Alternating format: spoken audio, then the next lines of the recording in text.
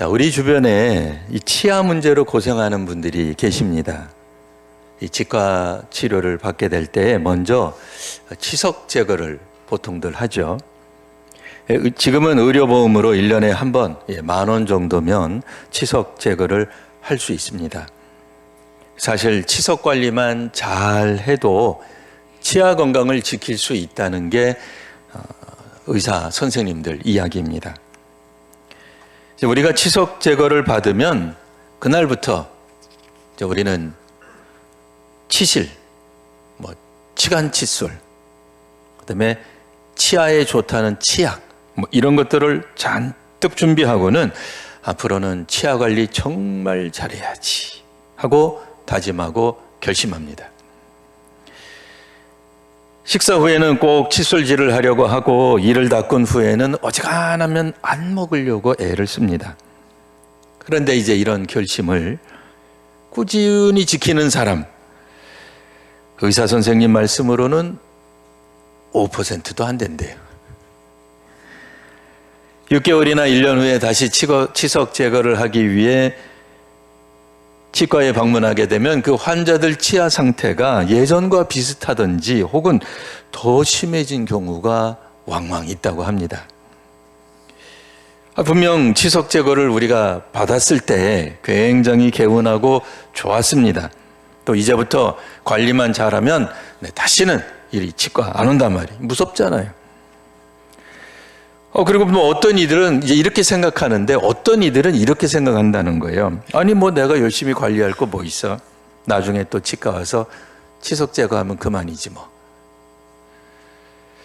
그래서 의사 선생님 말씀에 치석 제거를 한 날부터 치아 관리에 관한 유혹이 시작이 된다고 말씀을 하시더라고요. 사실 오늘 우리 본문에도 비슷한 내용이 나옵니다. 구약을 읽었죠.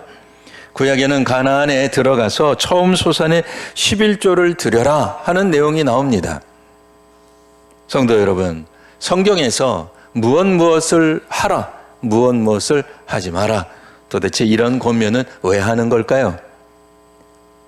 은혜를 받고 하늘의 축복을 받은 하나님의 백성, 히브리 백성들이 가나안 땅에 들어갔는데, 아니 지금 잘하고 있는데, 은혜 받고 있는데 이런 권면이 왜 필요할까요? 이유는 잘하지 못하기 때문에 이런 권면이 필요한 겁니다. 가나안 땅에 들어가는 순간 만나가 그칩니다. 물론 만나도 하나님의 놀라운 축복이죠. 40년간 단 하루도, 물론 이제 6일만 나오긴 했습니다만 하루도 그치지 않고 하나님은 이스라엘 백성들에게 먹을 것을 주시고 입히셨습니다.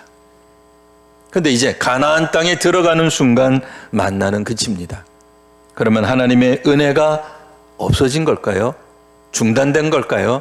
하나님이 이스라엘을 버린 걸까요? 아니죠. 그렇지 않습니다. 우리가 자녀를 양육할 때 어렸을 때는 부모가 먹이고 입힙니다. 그런데 청소년이 되고 청년이 되고 장년이 됐는데도 부모님이 우리의 자녀들을 먹이고 입힌다, 직접. 이상합니다. 그렇게 하면 안 됩니다. 아이들도 원하지 않습니다. 어느 정도 장성하게 되면 혼자서 하도록 내버려 둬야 됩니다.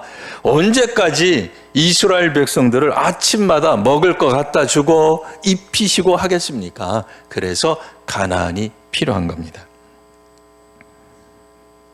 만나를 먹던 삶은 그쳤지만 이스라엘 백성들은 젖과 꿀이 흐르는 약속의 땅 가나안에 들어가게 된 것입니다. 이제 이들은 힘써서 하나님 앞에서 추수하게 됩니다.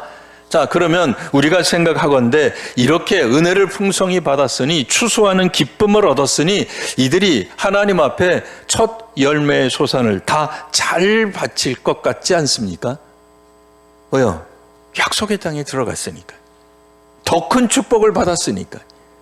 아브라함도 경험할 수 없었던 가나안 땅의 축복을 그 후손들이 드디어 받았으니까 이제는 모든 것이 다 이루어졌기 때문에 하나님 말씀 순종하는데 조금이라도 어려움이 없겠거니, 걸림돌이 없겠거니 라고 생각이 되는데 웬걸 이때부터 유혹이 시작됩니다. 왜냐하면 추수는 내가 수고하고 거둔 것이기 때문에 그래요. 광야의 삶은 어떤 측면에서 보면 유유자적하던 삶이었습니다. 속세를 떠나 아무 속박 없이 조용하고 편안하게 살면 됐어요. 구름 기둥이 인도하는 대로 가면 그냥 끝나는 거예요. 내일은 뭘 먹을까 걱정할 필요가 없습니다. 40년 동안 옷을 입지 않았으나 헤어지지 않았기 때문에 아무 걱정할 필요가 없습니다. 그저 하나님이 가라 하면 가고 서라 하면 서고 멈추라 하면 멈추고 유유자적한 거죠. 어떻게 보면 무의도식하는 거예요. 하는 일 없이 놀고 먹는 거 비슷해요. 물론 이제 주님 구름기둥 불기둥 따라갔습니다. 안 따라갔다는 건 아니에요. 하지만 가나안의 삶에 비하면 그건 무의도식이죠. 안빈낙도 가난한 생활을 하면서도 편안한 마음으로 그냥 도를 즐기는 듯한.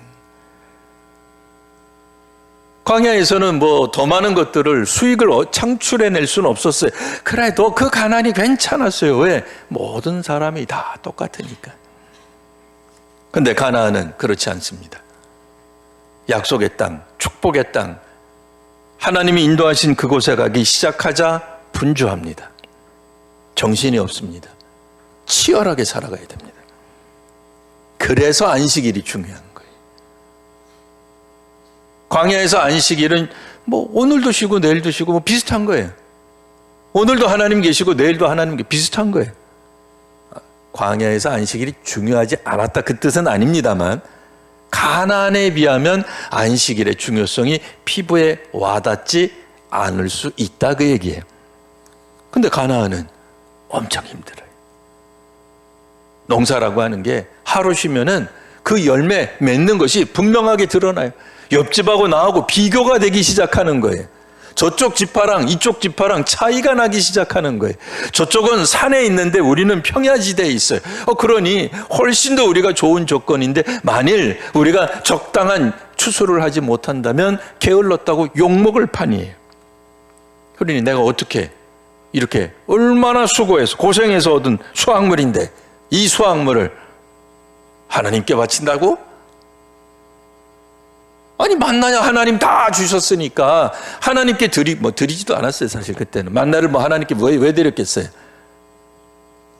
근데 이제는 내가 힘썼는데 내가 노력했는데 내가 애썼는데 내가 계획하고 내가 땀을 흘렸는데 그 중에서 하나님이 첫 소산을 내놔라 11조를 내놔라. 어려운 얘기죠. 감사 예물을 하나님께 드리라고요? 시험은 만나가 그쳤을 때부터 옵니다. 가나안 땅에 들어가서 풍요로움을 경험하자마자 시험이 다가옵니다. 우리가 읽은 신약성경 누가복음에서는 이번에는 예수님이 시험 당하시는 장면이 나오는데 사실 예수님은 어떤 측면에서 예수님 자신의 시험과 함께 그리스도를 따르는 그리스도인들이 당하게 될 시험의 모습을 보여주고 있는 것입니다. 자, 예수님은 언제 시험을 받으셨죠? 누가복음에 따르면 성령의 이끌림을 받으실 때 시험을 받았습니다. 우리가 생각건대 성령의 이끌리심을 받는데 왜 우리가 시험을 당하겠어요? 성령 충만한데 성령이 함께 계시는데 구름기둥과 불기둥이 나를 이끌고 계시는데 나를 가나안 땅으로 하나님이 지금 인도하셨는데 무슨 시험이 생기겠느냐? 나는 어제도 새벽 기도에 열심히 했고 철야했고 말씀 읽었고 교회에서 시키는 대로 목사님이 시키는 대로 다 하고 있는데 도대체 내가 시험 당하는 게 뭐가 있겠느냐라고 생각할지 모릅니다. 그러나 오늘 본문 그리스도에게 나타나는 유혹은 이렇습니다. 마귀는 예수님이 하나님의 아들인 줄 알면서도 주님을 시험하려고 합니다. 우리 같으면 너무 강하면 덤비지 않잖아요. 이 세상 그렇게 흘러가잖아요. 강자에게는 약하고 약자에게는 강하잖아요. 조금만 지나보면 알잖아요. 심지어는 강아지들도 그거 알아요. 탁 한번 쳐다보고 저 사람이 강자다 꼬리를 내리고요. 아버지인데, 내가 가장인데도 집에서 약자다 생각하면 덤빕니다. 마귀는 희한하게 예수님이 하나님의 아들인 걸 뻔히 아는데 도전합니다. 우리가 생각할 때 설마 예수님한테 마귀가 덤비겠어? 성령 충만한 교회에 마귀가 덤비겠어? 내가 이렇게까지 하나님 앞에 헌신하고 있는데, 교회를 위해서 희생하고 있는데 감히 마귀 따위가 나를 밀가부르듯 하겠어? 라고 생각하죠. 그때 시험 받습니다. 40일 동안 아무것도 드시지 않은 예수님을 바라보면서 가능성이 있을 것 같은 방법으로, 치밀하고 교활한 방법으로 예수께 등장합니다. 또한 예수님은 성령님께 이끌려 광야로 나아갔죠. 광야에 마귀의 시험을 당할 때 예수님은 어떻게 응대했나요? 그냥 묵묵히 받으셨어요. 묵묵히 나아가셨어요.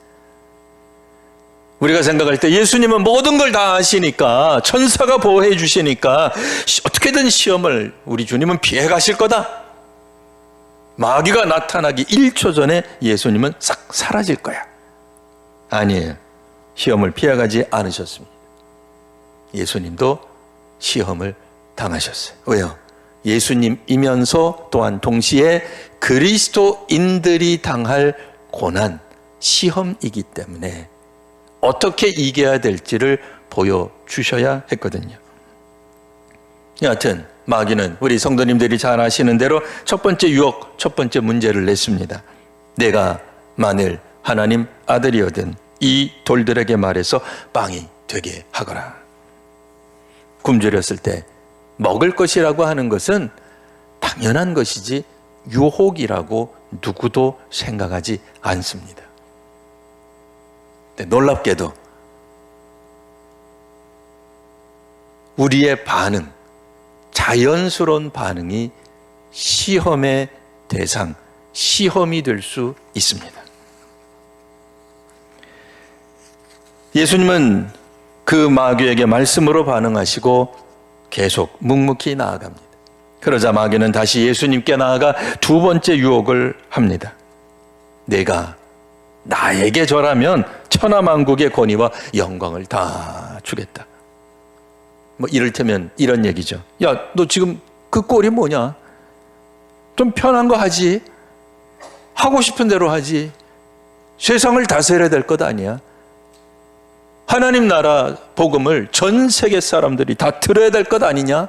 그러면 네가 권력을 잡고 권세를 잡고 소위 말하는 이 시대 용어로 바꾸면 선한 영향력을 방방곳곳에 끼쳐서 교회의 우수성을 드러내야 될 것 아니냐? 마귀는 지금 상황을 온전히 바꿀 수 있는 유혹으로 예수님을 시험합니다. 하지만 예수님은 다시 한번 말씀으로 반응하시고 묵묵히 걸어가십니다.